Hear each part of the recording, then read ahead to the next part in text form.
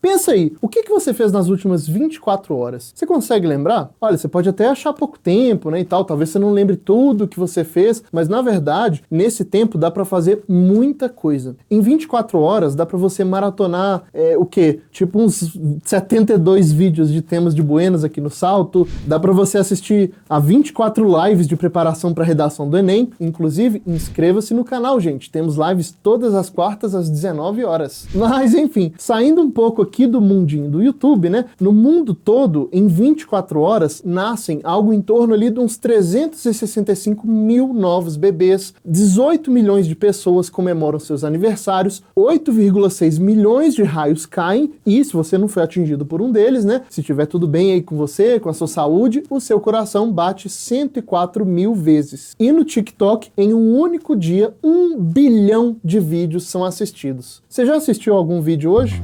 Temas de Buena.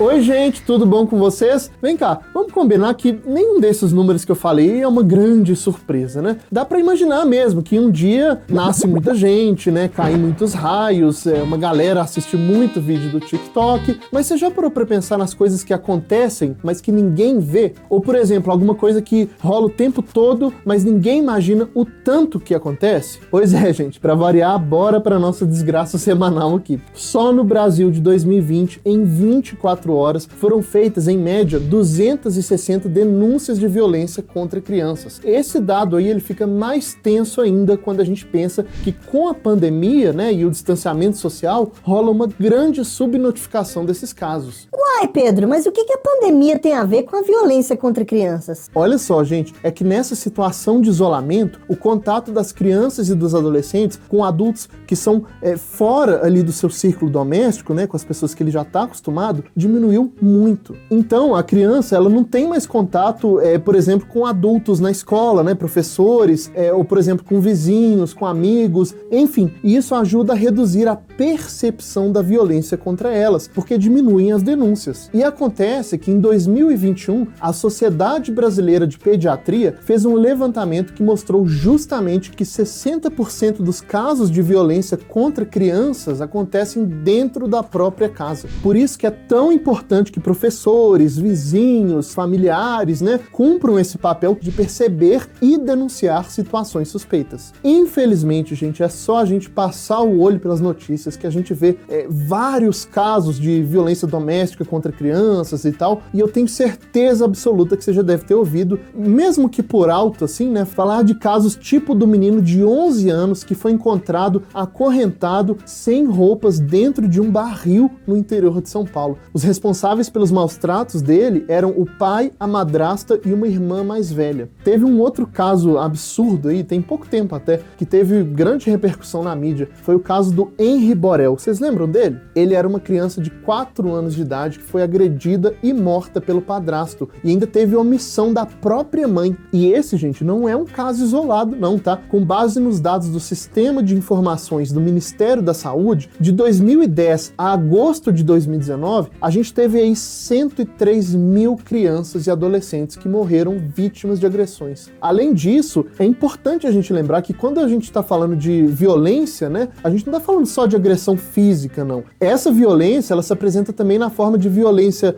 psicológica, violência sexual, negligência, bullying, cyberbullying. A criança submetida a qualquer forma de violência carrega marcas para o resto da vida. Tem um professor do Instituto de Psicologia da USP, é o Paulo Endo. Ele fala que essas feridas, elas podem ser profundas e traumáticas para a criança, levando muito tempo para serem atenuadas no decorrer da vida da pessoa. E o Graciliano Ramos, sabe, o autor, ele tem um livro chamado Infância, e nele tem um conto chamado Um Cinturão, que mostra muito bem essa situação. Nesse conto, o narrador personagem carrega sequelas da violência doméstica que ele sofreu quando ele era criança. Daí, por causa disso, sempre que ele era exposto a alguma situação, né, que remete à agressão no geral, ele fica muito irritado, tem taquicardia, sintoma de ansiedade patológica, enfim. E esse, gente, é um tema que precisa ser muito levado a sério e discutido por todo mundo, sem ficar preso só às notícias dos jornais, né, ou aos estudos de psicologia ali. O INEP, que é o órgão responsável pelo Enem, né, e por outros exames, ele sabe disso e em 2020, um dos temas das redações do INSEJA, que é o Exame Nacional para Certificação de Competências de Jovens e Adultos, foi relacionado justamente a essa pauta, combate ao abuso sexual contra crianças e adolescentes no Brasil. Além disso, já tem um tempo aí que o cinema e a TV eles abordam essa temática, sabe? Só que ela aparece de forma mais sutil, assim, sabe? Sem que as pessoas se deem muita conta. Tipo, por exemplo, no clássico da Sessão da Tarde, né, Matilda, que é um filme de 1996, nele, os pais da Matilda, eles estão o tempo todo abusando psicologicamente dela. Na época que eu assisti esse filme, eu acho que eu nem percebia tanto isso, né, porque eu era mais novo. Mas assistindo ele hoje em dia, eu fico pensando o quão sério era essa situação dela ali. E tem um outro filme também muito bom,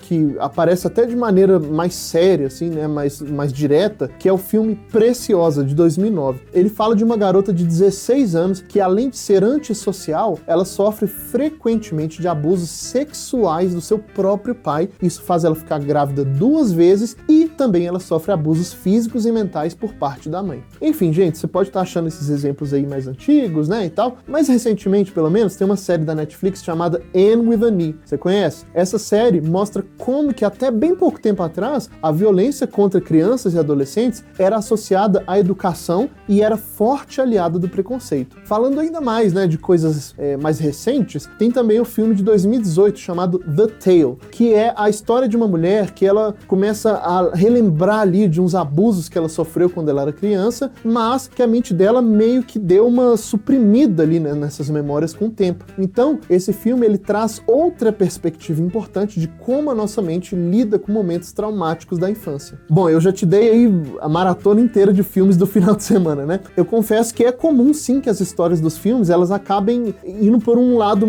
caminho mais romantizado ali, né? Retratando uma linda história de superação e resiliência, mas elas não deixam claro as marcas que ficam na pessoa. Mas ao mesmo tempo, essas histórias elas acabam que abrem um espaço para debate muito importante na sociedade. Tem uma coisa que complica demais esse combate à violência infantil, que é a naturalização dela como forma educacional. Na história daquele personagem que eu falei, do conto do Graciliano Ramos, ele conta que ele foi agredido na infância como medida disciplinar. E também na série Anne with an E, acontece parecido com isso, né? Nela tem um professor que agride o Cole, que é um dos personagens lá da série. E ela se passa, gente, no início do século passado. Então ela mostra que naquele tempo era comum coisas como palmatória nas escolas. E palmatórias, né, é isso mesmo aí que o nome indica. É um objeto feito para bater e castigar alunos desobedientes, né? Tipo assim, os objetos que o professor usava lá na sala de aula eram o giz, o quadro negro e uma parada para bater nos alunos. É muito bizarro, né?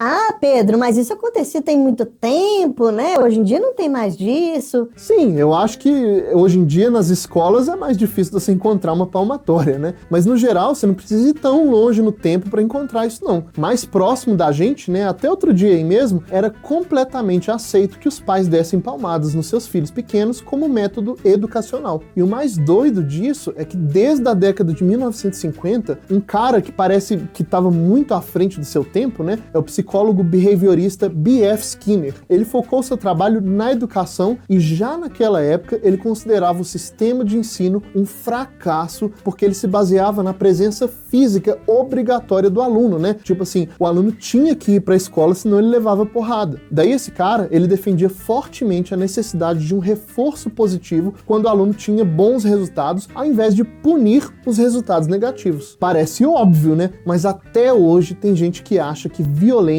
educa. Aqui no Brasil, desde a década de 90, nós temos o ECA, que é o Estatuto da Criança e do Adolescente, que é um conjunto de leis e normas com o objetivo de proteger e assegurar os direitos de todas as crianças e adolescentes do país. Tem uma lei que foi proposta lá em 2003, né, que eles apelidaram de Lei da Palmada. Essa lei previa a punição para pais ou responsáveis que maltratassem os seus filhos. Essa lei aí, gente, ela gerou muita discussão, muita polêmica, né, desde que ela foi proposta lá naquela época. Tinha até um certo deputado aí que ali em 2010, 2011, ele vinha falando bastante coisa publicamente contra essa lei, com uns argumentos bem chulos. Quando um pai usa a vara da correção, está salvando o filho do inferno.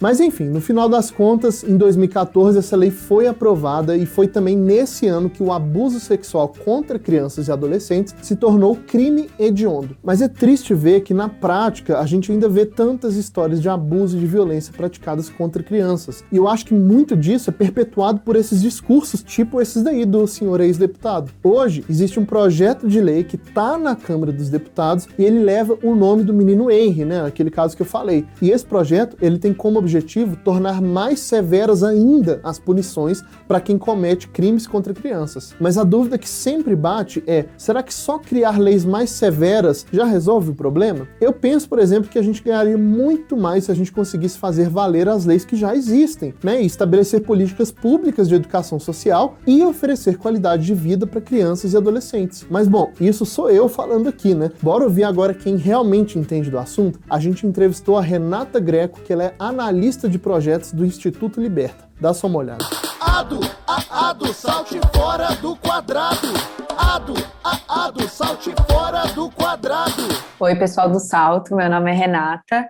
Eu trabalho no Instituto Liberta. A gente trabalha com o enfrentamento da violência sexual contra crianças e adolescentes. Nosso objetivo é sempre comunicar à sociedade sobre o que é a violência sexual, quais são os números no Brasil, como enfrentar essa violência.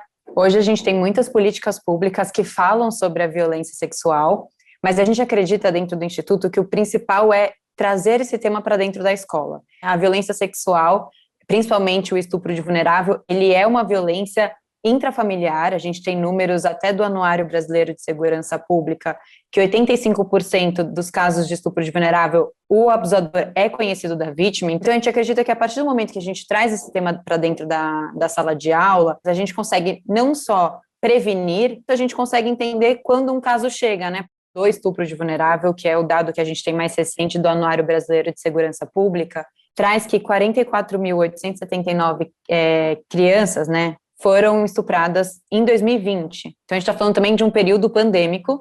Isso são registros do boletim. Então, são crianças que conseguiram registrar que foram violentadas. A gente sabe que esse número é muito maior. A criança, ela precisa ter um conhecimento. E aí, quando eu falo de educação sexual, né, como vamos trazer educação sexual para as escolas? Óbvio que a gente tem temas que vai falar com 4 anos, que depois vai falar outro tema com 10, outro tema com 15, a gente não vai falar tudo na mesma idade. Mas eu acho que tem um caminho que as pessoas estão começando a falar e se importar e se envolver nesse tema, porque se você não fala, você não enxerga. Eu preciso enxergar que existe uma violência. Acho que tem uma questão do acreditar na criança, a gente escuta as nossas crianças? A gente escuta o que a criança está falando? A gente tem que acreditar sempre na palavra da pessoa que sofreu a violência sexual. Isso é o ponto número 1. A partir daí você pensa nos encaminhamentos que você tem que tomar, mas se você não escutar e se você não acolher, a gente não vai para frente.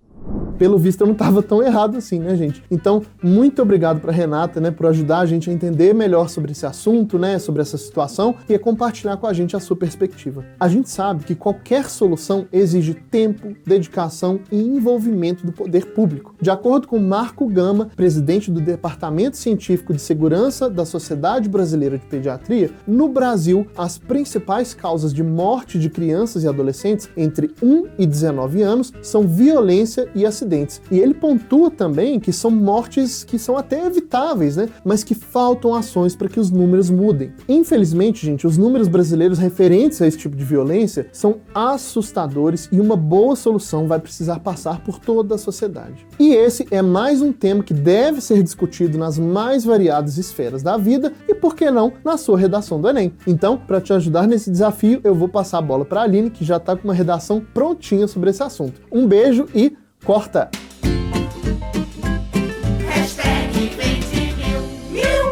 Olá, saltitantes! Tudo bom com vocês? Estamos aqui para mais uma edição do meu, do seu, do nosso Vem de Mil!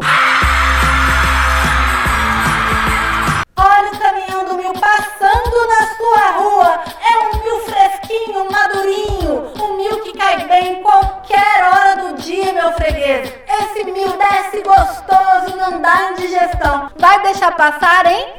Vocês viram que eu não tô sabendo lidar com o alto-falante no estúdio, né? Mas brincadeiras à parte, o assunto de hoje a gente sabe que é sério. E a frase temática que eu trouxe pra gente é a seguinte: a naturalização da violência doméstica contra crianças no Brasil.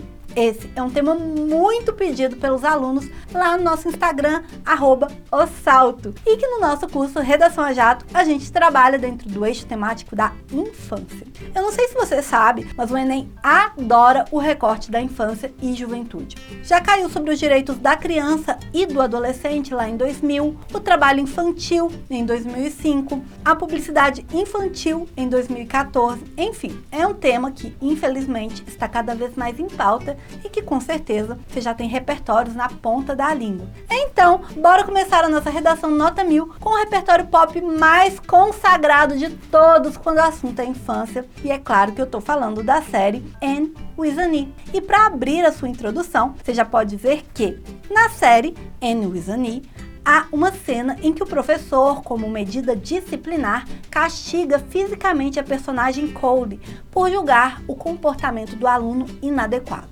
Meu filho e minha filha, a essa altura do campeonato, você já sabe que não pode simplesmente jogar o repertório lá e sair correndo, né? Precisa contextualizar, mostrando para o corretor que você entendeu o tema da redação. E a gente faz isso parafraseando, ou seja, falando sobre o tema com as nossas próprias palavras. Vamos ver como fica? Essa série mostra que, historicamente, a violência contra as crianças foi entendida como instrumento pedagógico, de modo que, embora sejam proibidos no meio escolar, castigos físicos são banalizados e praticados por responsáveis como forma de educar os filhos. Pronto, já apresentamos o repertório e contextualizamos. Agora, a gente precisa apresentar os argumentos que a gente vai trabalhar ao longo do nosso texto, né? Daí, você pode dizer, por exemplo, que tal prática é negativa porque não é eficaz enquanto medida educativa e gera traumas às crianças vitimadas. Gente, dá só uma olhada no que foi feito aqui. A gente apresentou dois problemas. O problema 1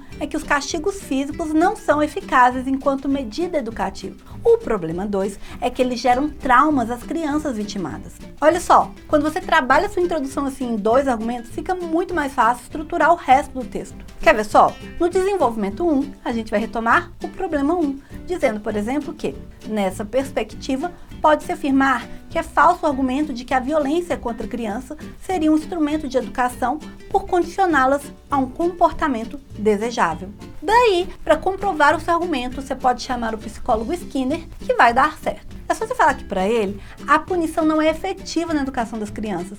Isso porque ela não ensina o bom comportamento e nem o gerenciamento das emoções. E se você explicar isso bem direitinho, você pode partir feliz e saltitante para o desenvolvimento 2. Chegou no desenvolvimento 2, é só retomar o problema 2. Você lembra qual foi ele? Os castigos que geram traumas às crianças vitimadas. Aqui você pode começar o seu parágrafo dizendo que tal modelo de educação, além de ser ineficaz, gera traumas, os quais podem se estender à vida adulta. Daí, para embasar o seu argumento, você pode usar o conto do Graciliano Ramos, Um Cinturão, em que o narrador personagem apresenta sintomas de ansiedade patológica sempre que ele se recorda das agressões que sofreu quando era pequeno. Daí, como se trata de uma obra ficcional, né, o ideal é a gente relacioná-la com a realidade, mostrando que a violência doméstica acarreta prejuízos à infância, os quais podem afetar a vítima em outras fases da vida. Tudo certo até aqui? Então, agora é a hora da gente solucionar essa situação-problema, essa treta aí, né? Afinal, se os castigos físicos causam prejuízos na infância, a gente precisa propor um jeito que isso não aconteça. Você não concorda? E onde é que a gente vai apresentar essa proposta? Na nossa conclusão linda e maravilhosa, em que a gente vai responder aquelas perguntinhas de ouro que você já tá cansado de saber, né? Quem vai fazer o quê, como e para quê, sendo como bem detalhadinho. Então, é necessário que quem? O Ministério da Mulher, da Família e dos Direitos Humanos faça o quê? Promova uma divulgação massiva e contínua dos malefícios da violência contra a criança. E como? Isso deve ocorrer por meio de posts em redes sociais, como Facebook e Instagram, e por meio de propagandas nas redes abertas de televisão. E o detalhamento, gente? Que tal se a gente detalhar por meio de uma explicação? A gente pode dizer que essas postagens e propagandas devem apresentar as limitações do uso da violência enquanto recurso pedagógico e as consequências acarretadas pelas agressões. Tá, mas para que o Ministério deve fazer isso? Para informar os pais e promover uma mudança de mentalidade acerca dos castigos físicos.